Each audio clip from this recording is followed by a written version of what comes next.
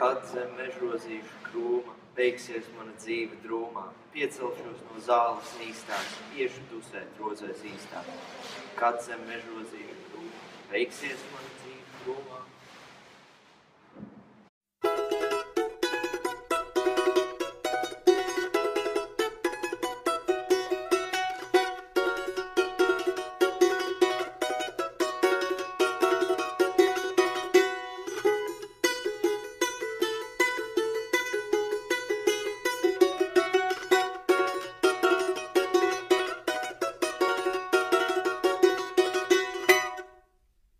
Mans tētis ir profesors Latvijas Lauksaimniecības universitātē, un mana māte ir skolotāja Jelgavā.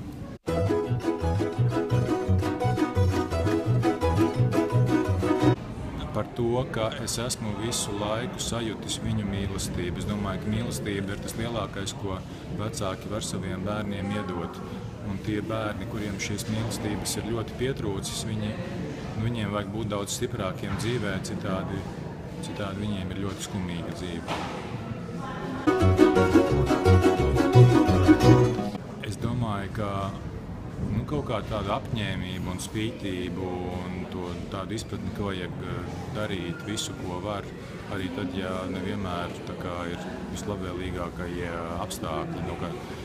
Ka jaunībā liekas, ka šito es nevaru, šito es negribu, šitais man nepatīk, šito es nekad nevarēšu izdarīt, bet jo vecāks es kļūstu, jo vairāk es saprotu, ka ko vajadzēs, to arī darīs, un tur nav nekādi jautājumi.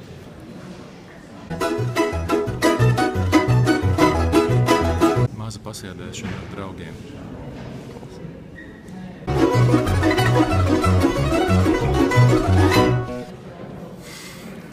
Es nezinu. Es esmu tik sarežģīta personība, ka nevaru raksturot man vienā teikumā.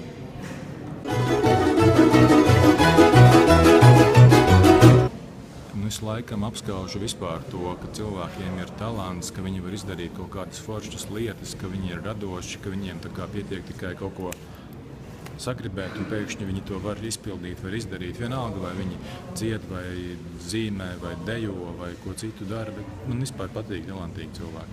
Vai, piemēram, rada pasākums, kā piemēram? Jā, starp citu, arī organizatora talants ir ļoti nopietna lieta, jo mēs esam tur tādi dzejnieki, mēs te kaut ko rakstām, bet ja nebūtu Ērikas un viņas organizatora talanti, tad šitādi pasākumi nenotika. Mēs vienkārši katrs savā stūrī kaut ko darītu, bet Ērika, piemēram, šajā gadījumā ir tā, kas mūs visus vāc. Un arī talantīgi organizēt pasākumu, tas arī ir talants, tas arī ir tāda māksla, ko ir jāapgūst.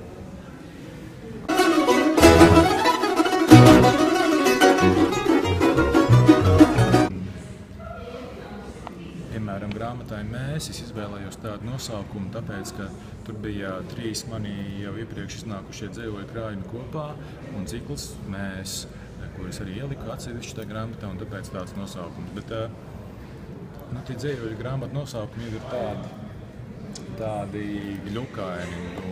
Nav jau tā īsti, ka tagad es nosaucu krājumu ledlauži, un tad jūs tagad šajā grāmatā varat uzzināt visu par ledlaužiem. Vai arī es nosaucu grāmatu Es, un tad šajā grāmatā ir viss par mani tikai.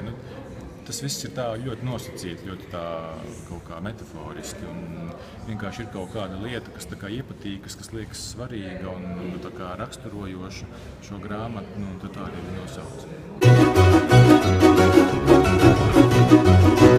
Tā rutīna. Latviešu valodā rutīna nozīmē tādu apnicīgu pieredumu pie visa, vai ne jau, ka tu jau esi iegājis iekšā, jau kaut kur iekšā un vienkārši nav vairs nekā jauna. Tas, manuprāt, ir tas, kas tieši vismazāk to dzeju var radīt. Drīzāk tā izraušanās no rutīnas var radīt dzeju.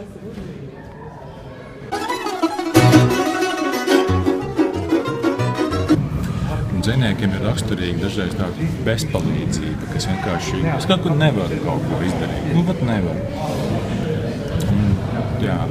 Man varbūt tikai liekas, ka es nevaru, varbūt patiesībā es varētu, bet ir tā, ka, man liekas, es nevaru. Tas man nepatīk, bet tā tas ir.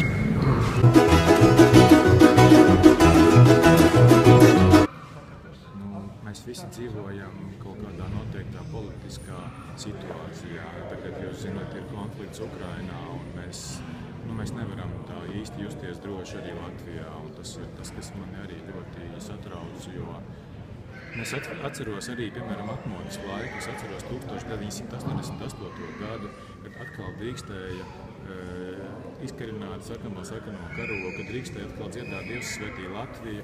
Tas jau viss iepriekš bija aizliegts. Un man no tās atmodas laika ir tās ļoti pacelētas sajūtas, ka mums atkal mēs atgūstam to savu valsti. Un visi šie notikumi tagad, kas notiek Ukrainā un saistībā vispār ar Krieviju, es par to raizējos. Man tas ļoti biedē.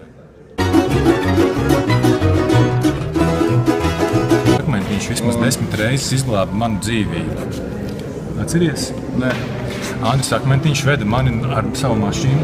Viņš sēdēja pie stūres no Ventspils līdz Rīgai. Un viņš brauca ļoti, ļoti ātri un ļoti tādā poetiskā, tādā viegliprātībā. Tā živ.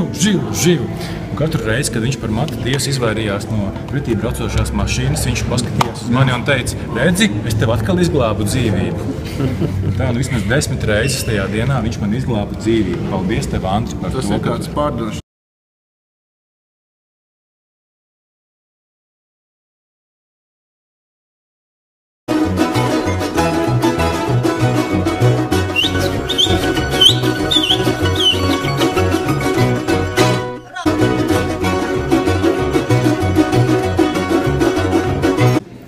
Dziesma par bohēmu. Šis cilvēks ir jau piedzēries un kļuvis jauks un brīvīgs. Niep dupsīs skaistām meitenēm un pīpē ūdens pīpi. Tas katram labu pateikt grib, ja kāds to vēlas klausīt. Viņš skaļi dzied un uzdejo un nobučo man ausi. Šis cilvēks logu ārā sit un elpo brīvu gaisu. Jau namatēvs zem izlietnis tam mīkstu vietu taisa. Šis cilvēks ir jau piedzēries un kļuvis labs un kluss. Kā taurenītis kūniņā viņš maigi šņācot dus. Pīkst mobīlais, nāk mesidži, tam sūta ļaunu ziņu. Bet cilvēks šis ir piedzēries un nemodiniet viņu.